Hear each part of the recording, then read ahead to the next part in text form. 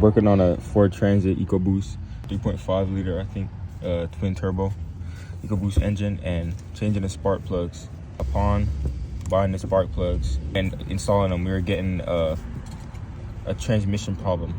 We were getting these two codes from the transmission.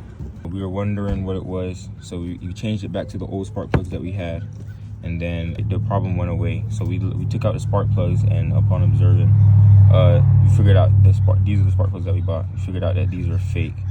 Then we bought the original Ford spark plugs from AUTOZONE. We're comparing, seeing the differences. So on the original one, there's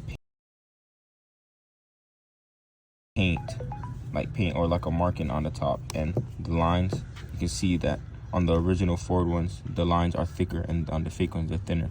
The numbers on the side are the exact same, and but even on the metal, I don't know if you can see in the video, even on the metal the numbers are the same. I don't know if that'll make a difference, but if you look on the bottom of both of them, you can see that the insulation on the inside on the original Ford one, it's thinner, and in here it's thicker.